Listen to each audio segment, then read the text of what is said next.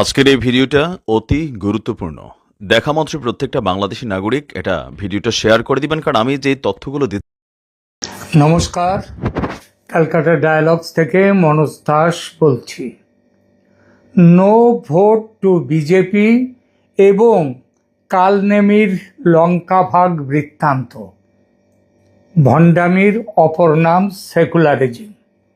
বুঝতেই পারছেন কোন বিষয়ে বলতে চলেছি। হ্যাঁ, আমি এখানে এই পশ্চিমবঙ্গ নিয়ে কালনেমির লঙ্কা ভাগ হতে চলেছিল, কিন্তু গতকাল 4 মে নির্বাচনের ফল ঘোষণার পরে কালনেমির লঙ্কা ভাগ বন্ধ হয়ে গেছে বটে, তবে সেটা আপাতত। ভবিষ্যতে যে আবার এই লঙ্কা ভাগ শুরু হবে না তা নয়। কালনেমির লঙ্কা ভাগ তাই হতে বসেছিল এই বঙ্গে। কে কালনেমি, কেন পশ্চিমবঙ্গ লঙ্কা হতে চলেছিল, কিভাবে, মানে কোন ফর্মুলায় ভাগ হতে যাচ্ছিল এই রাজ্য, বলবো সে কথা।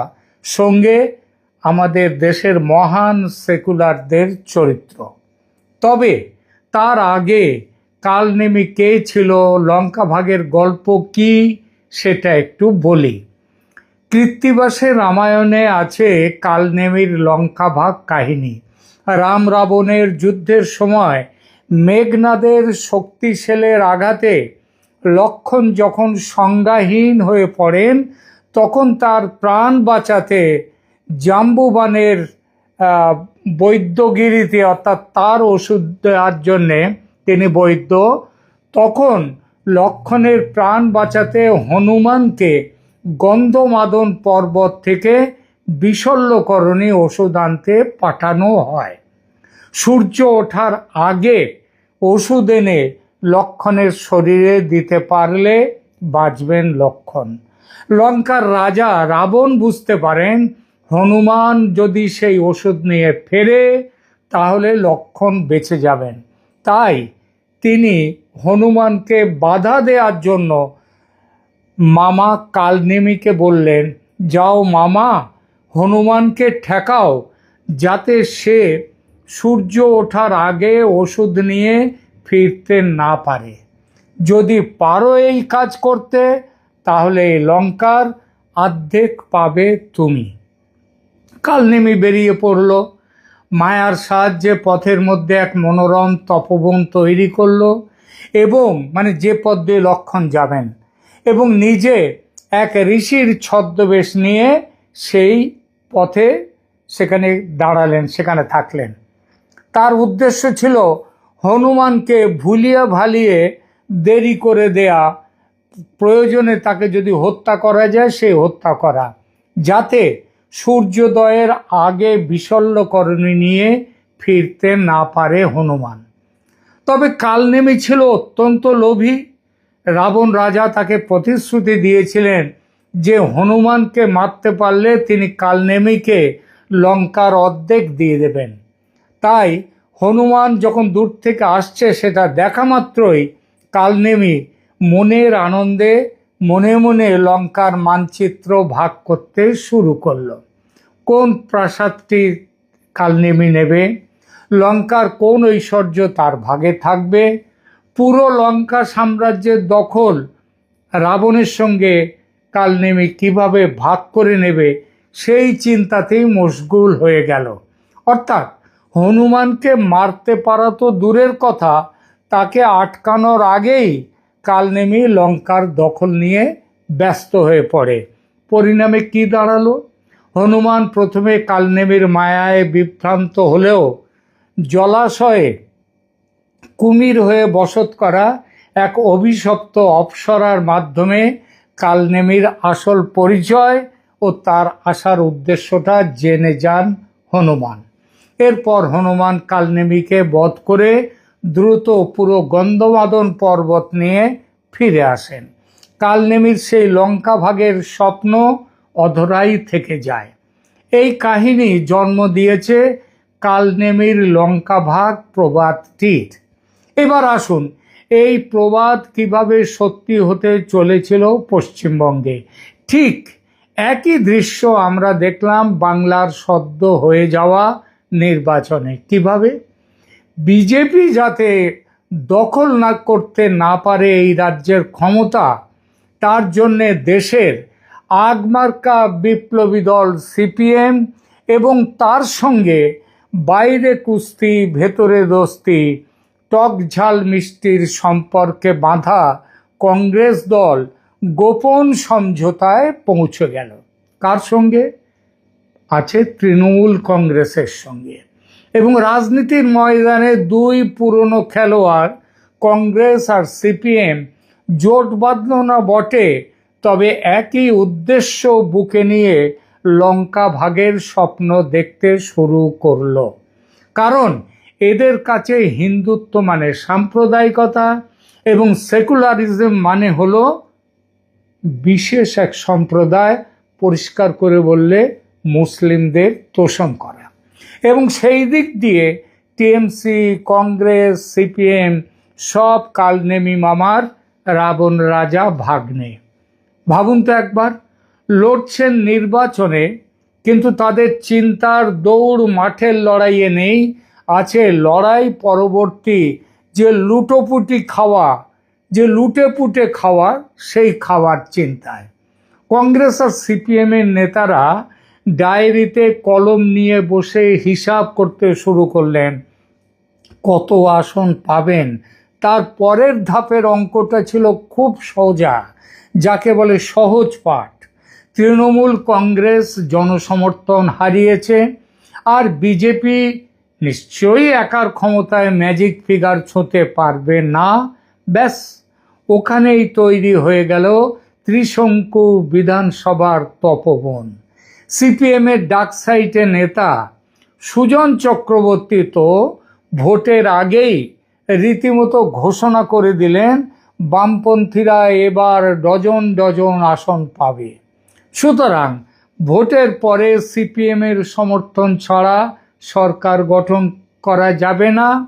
আর টিএমসি এবং বিজেপির মধ্যে সমর্থন দিয়ে সরকার গড়ার প্রশ্ন উঠলে কাকে হবে সমর্থন? অবভিয়াসলি বিজেপিকে নয়। কারণটা খুবই সাধারণ কারণ, সবাই জানে। বিজেপি সাম্প্রদায়িক দল, কারণ বিজেপি হিন্দুদের দল, আর হিন্দু মানেই সাম্প্রদায়িক। আর অন্যরা তারা তাদের ধর্মে থাকলেও সেগুলো অসাম্প্রদায়িক। আর নো ভোট টু বিজেপি এই ঘোষণা তো আগেই করে দিয়েছে কমিউনিস্টরা। শুনুন একবার সুজন চক্রবর্তী মশাইয়ের কথা, কি বলছেন। আমি যদি বলি যে আমরা সরকার করব, আপনি মানতে চাইবেন না, আপনার অপছন্দ হবে। আমি আপনাকে অপছন্দ করতে ফেলতে চাই না, কিন্তু ডজন ডজন আসন বামপন্থীরা পাবে, ডজন ডজন। পশ্চিমবাংলার মানুষ তার নিজের মতে যদি ভোট দিতে পারে, তাহলে পশ্চিমবাংলায় বামপন্থার কোনো বিকল্প নেই। এই বলার পরেও আপনি যদি অখুশি হন বা কেউ যদি বুঝতে বা মানতে না চায়, আচ্ছা বেশ, ঠিক আছে, সরকারে আচার না আছে, আমি তার মধ্যে ঢুকলাম না। এবার কংগ্রেসের নেতারাও দিল্লির হাইকমান্ডকে আশ্বস্ত করে বলেছিলেন, আপনারা শুধু হাত চিহ্নটা ঠিক রাখুন, বাকিটা আমরা করে দেব। আমরা দিদিমণির সমর্থনে সরকার গড়তে যাচ্ছি। গতকাল কংগ্রেসের ওই প্রায় বৃদ্ধ নয়, প্রৌঢ় যুবরাজ রাহুল গান্ধী ভোটে চক্রান্ত করে মমতাকে হারানো হয়েছে, মমতার এই অভিযোগে সিলমোহর দিয়ে দিয়েছেন গতকাল নির্বাচনের ফল বেরোবার পর, তার আগে নয়।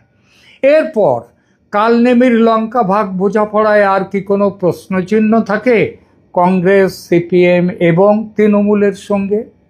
আসলে এরা লঙ্কা ভাগের নেশায় এতটাই মত্ত ছিলেন যে হনুমান কালনেমিকে হত্যা করতে আসছে, হত্যা করবে, সেটা তারা খেয়ালই করেননি।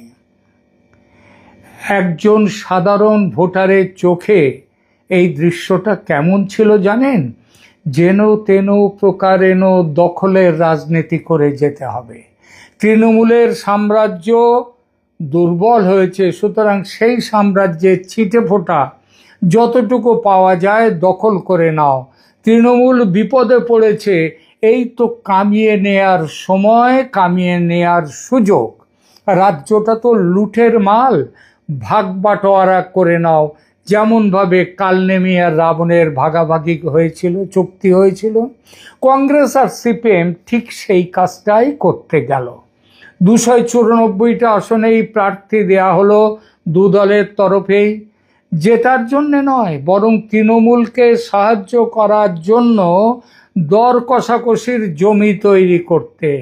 এরা ভাবলেন ত্রিশঙ্কু হলে তৃণমূল তাদের কাছে আসবে, উদ্ধার করো কমরেড, উদ্ধার করো ভাই বলে, আর সেই সুযোগে তারা ক্ষমতা হাতিয়ে নেবেন। কি অদ্ভুত বিলাসিতা দেখুন! সরকার গঠিত হতে পারল না, নির্বাচন হতে পারল না, নির্বাচনের ফল বেরোতে পারল না, তার আগেই গাছে কাঁঠাল গোফে তেল। অথচ ক্ষমতার বন্টন, সম্পদের বন্টন মনে মনে সেরে ফেলে প্রায় ওই নাকে সর্ষের তেল দিয়ে ঘুমোনো, ঘুমের মধ্যে স্বপ্ন দেখা শুরু হয়ে গেল। কেউ হয়তো ভাবছেন শিক্ষা দপ্তরটা নিজেদের কবজায় রাখবেন, যাতে আবার পুরনো দিনের মতো সায়েন্টিফিক কাজ টাজ করা যায়। আবার কেউ ভাবছেন পূর্ত দপ্তরের মাল মশলা দিয়ে নিজেদের ফুটো পকেটটাকে মেরামত করবেন। কিন্তু মহাকাব্য তো আর নিজের ইচ্ছে মতো চলে না। হনুমান যখন তার লেজ দিয়ে লঙ্কায় আগুন লাগালেন, তখন কালনেমির সে মায়ার তপবন কোথায় কর্পূরের মতো উড়ে গেছে কেউ জানে না। ভোটের ফল বেরোলো ত্রিশঙ্কু বিধানসভা? না মশাই, সেটা কেবল নেতাদের মাথার ভেতর হয়েছিল। বাস্তবে দেখা গেল জনগণ একেবারে একপক্ষীয় রায় দিয়ে দিলেন। বিজেপি একাই 2/3 আসন দখল করে নিল। আর যারা ডজন ডজন আসনের স্বপ্ন দেখছিলেন, আর সেই আসনের জোরে আমাদের সাহায্য ছাড়া কেউ সরকার গঠন করতে পারবে না, এই স্বপ্নে বিভোর ছিলেন, তাদের অবস্থা ওই কালনেমির, তাদের অবস্থাও শেষ হয়ে গেল। আর আমাদের কালনেমিদের কি দশা হলো? কংগ্রেস পেল 2টো আসন, সিপিএম পেল মোটে 1টা, আইএসএফ তার সঙ্গী দল তারাও 1টা। ডজন ডজন আসনের স্বপ্ন তখন 3টে খুচরো সিটে এসে আটকে গেছে। অবস্থাটা এমন যে বিধানসভায় গিয়ে 3 বন্ধুকে এখন অপরের দিকে তাকাতে হবে আর ভাবতে হবে, ভাই লঙ্কা ভাগ তো হলো না, এখন প্রাণটুকু বাঁচাই কিভাবে? এই যে ঘটনাটা, একেই বলে বাস্তব বিচ্ছিন্ন রাজনীতি। কৃত্তিবাসী রামায়ণে কালনেমিকে হনুমান বধ করেছিলেন ঠিকই, কিন্তু বাংলার রাজনীতিতে কালনেমিদের বধ করল সাধারণ মানুষের ভোট। মানুষ বুঝিয়ে দিল, যারা যুদ্ধের আগে মুনাফা ভাগের হিসাব করে তাদের জন্যে এই ময়দানে কোনো জায়গা নেই। যাদের মুনাফা ভাগের হিসাবে কোনো আদর্শ থাকে না, তাদের কোনো জায়গা নেই বঙ্গের মাটিতে। কংগ্রেস আর সিপিএম ভেবেছিল তারা কিং মেকার হবে, কিন্তু মানুষ তাদের কিং বা মেকার কোনোটাই হতে দিল না, বরং রাজনীতির ইতিহাসে এক করুণ কমেডি হিসেবে তাদের রেখে দিল। ভাবলে হাসি পায়, যারা এক সময় সারা বাংলা শাসন করেছে তারা আজ একটা খুচরো আসনের জন্য হাহাকার করছে। লঙ্কা ভাগের স্বপ্ন দেখতে দেখতে তারা এখন নিজেরাই লঙ্কার ঝালে চোখ দিয়ে জল ফেলছেন, চোখ মেলতে পারছেন না। আসলে লঙ্কা ভাগের সেই পুরনো প্রবাদটা আমাদের শিখিয়ে দেয়, কালনেমির দল যুগে যুগে জন্মায়, যুগে যুগে নিষ্ফলতায় মৃত্যু হয় তাদের, কিন্তু বীর হনুমানের, বজরংবলীর মৃত্যু নেই। আমাদের বাংলার এই 2 দল কংগ্রেস আর সিপিএম কেবল গোঁফে তেল দেয়নি, তেলের শিশিটা উপুড় করে ফেলেছিল, যার ফল আজকে হলো এক বিরাট শূন্যতা। তাহলে কি আমরা ধরে নেব বাংলার বুক থেকে এই পুরনো শক্তিগুলো নিশ্চিহ্ন হয়ে গেল, নাকি আবার কোনো নতুন মায়ার তপবন বানিয়ে তারা পরের নির্বাচনের জন্য কাল নেমে সেজে বসবেন, সেটা সময়ই বলবে। তবে তার সম্ভাবনা অবশ্যই আছে। আপাতত লঙ্কা ভাগের সেই মহাকাব্যিক ট্র্যাজেডি দেখে আমরা এটুকু বলতে পারি, স্বপ্ন দেখা ভালো, কিন্তু দিবা স্বপ্ন দেখা স্বাস্থ্যের জন্য ক্ষতিকর। আজকের এপিসোডটি আপনাদের কেমন লাগলো কমেন্ট বক্সে অবশ্যই জানাবেন। লঙ্কা ভাগের কাহিনী কি আপনাদেরও এই রাজনৈতিক পরিস্থিতির কথা মনে করিয়ে দিচ্ছে? সাবস্ক্রাইব করুন ক্যালকাটা ডায়ালগস এবং থাকুন মনোজ দাসের সঙ্গে। ধন্যবাদ।